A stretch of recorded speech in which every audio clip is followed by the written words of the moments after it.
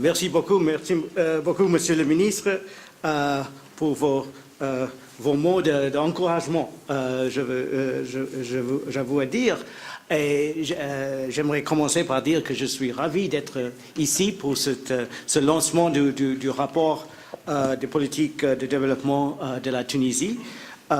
J'aimerais partager avec vous quelques mots ce matin sur la question pourquoi je suis optimiste sur la Tunisie. Parce que si vous... Et je commence avec l'observation qu'avant que je suis arrivé à la région de Moyen-Orient et l'Afrique du Nord, c'était il y a un an maintenant, un an et demi, la Tunisie était un puzzle pour moi.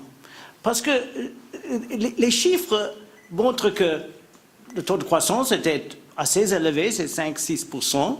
Il y avait un taux de pauvreté qui était très faible. La répartition des revenus était plus ou moins au moyen des pays de revenus moyens. Mais quand même, il y avait une révolution. Et la révolution, le printemps arabe est commencé ici, en Tunisie. Donc je me demandais, qu'est-ce qui se passe?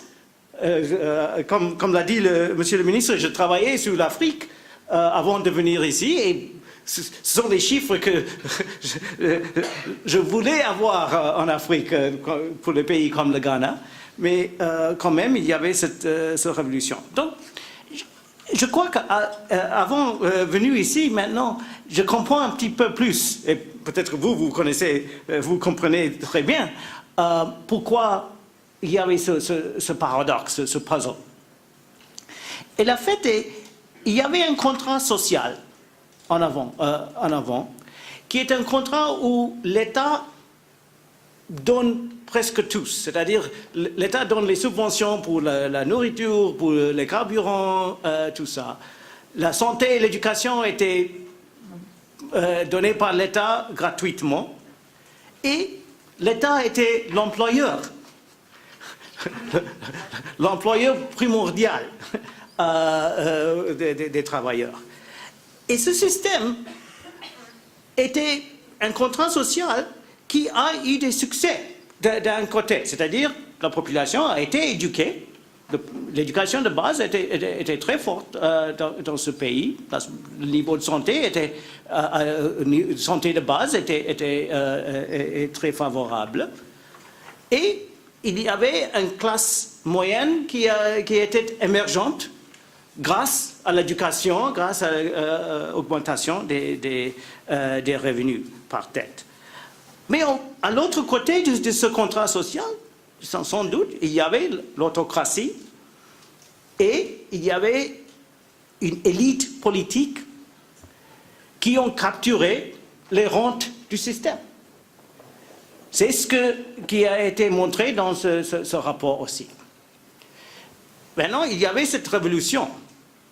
Et il y avait beaucoup de problèmes suivant la révolution, comme l'a dit Monsieur le Ministre, qui nous a posé un problème, qui est comment on peut construire un nouveau contrat social pour la population tunisienne qui donne le pouvoir au peuple. Le problème avec l'ancien contrat social et tout le pouvoir reste avec l'État. Le peuple était redevable à l'État, pas à l'inverse.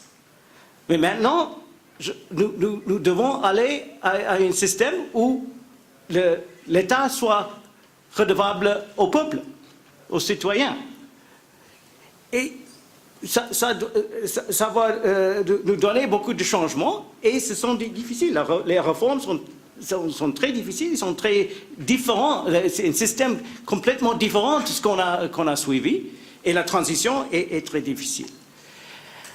Et la fait est, les politiques économiques qui ont été suivies dans l'ancien régime et quelques politiques économiques qui ont été suivies avec le but de promouvoir l'emploi ont fallu parce qu'ils étaient capturés par les élites politiques. Ce sont ce qu'on appelle les politiques industrielles. Chose à dire, il y a beaucoup de monde qui disent qu'il faut suivre les politiques industrielles pour promouvoir l'emploi. Mais c'est caché avec ce but, c'est vraiment la politique de capture de rente. Et ça, ce qui est montré dans ce rapport avec les chiffres, avec les analyses, les diagnostics, que chaque fois que nous avons essayé de politique industrielle pour promouvoir l'emploi, nous risquons de l'avoir capturé par les élites politiques parce qu'ils ont le pouvoir. Donc, maintenant, avec ces mots, pourquoi je suis optimiste? Et la raison est les suivantes. Et on a vu pendant la semaine dernière, pendant la conférence des investisseurs aussi. Parce que la Tunisie a deux atouts aujourd'hui qui est distinctif des autres pays, j'ose dire, des autres pays de la région aussi. Tout d'abord, vous avez réussi à réaliser un consensus politique dans la Constitution de janvier de cette année.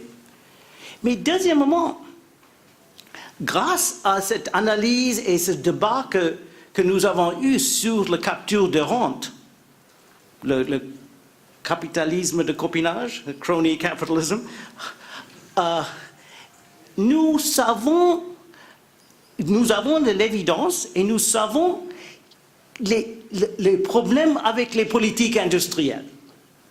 Et ça, c'est très, très important parce que si quelqu'un essaie à le suivre encore une fois, vous pouvez lui donner le rapport de politique de développement, disons,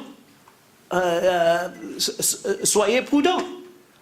On l'a déjà essayé et la dernière fois, c'était capturé. Montrez-moi pourquoi vous n'allez pas le capturer encore une fois. Mais ça, c'est un atout très, très important pour un pays. Il n'y a pas beaucoup de pays qui l'en a. Dans ma région, il n'y a que la Tunisie et l'Égypte où on a fait cette analyse pour éviter les problèmes du passé. Et ça, et la raison que je suis optimiste, c'est le consensus politique et la connaissance des problèmes à éviter, des problèmes de capture de rente qui sont à éviter, sont deux atouts très importants pour les investisseurs. Parce que les investisseurs ne veulent pas investir dans un pays où il y a la possibilité de capture de rente par les élites politiques du pays. Ils les ont déjà essayés et ils ont échoué. Ça, c'est la façon avec laquelle vous risquez à perdre vos investissements. Donc, vous avez un très grand potentiel de suivre une politique nouvelle, une politique économique nouvelle qui empêche ou minimise, c'est très difficile à l'empêcher, mais minimise la possibilité de capture de rente. Et ça, c'est le défi. Ça, c'est un défi pour les sciences économiques, j'avoue à dire. Nous n'avons pas résolu, nous n'avons pas des solutions magiques. Mais je crois que nous pouvons travailler ensemble, dans le cas de Tunisie, de trouver des solutions qui ne seront pas capturées par les élites politiques pour que la Tunisie puisse arriver à son potentiel énorme. Je vous remercie.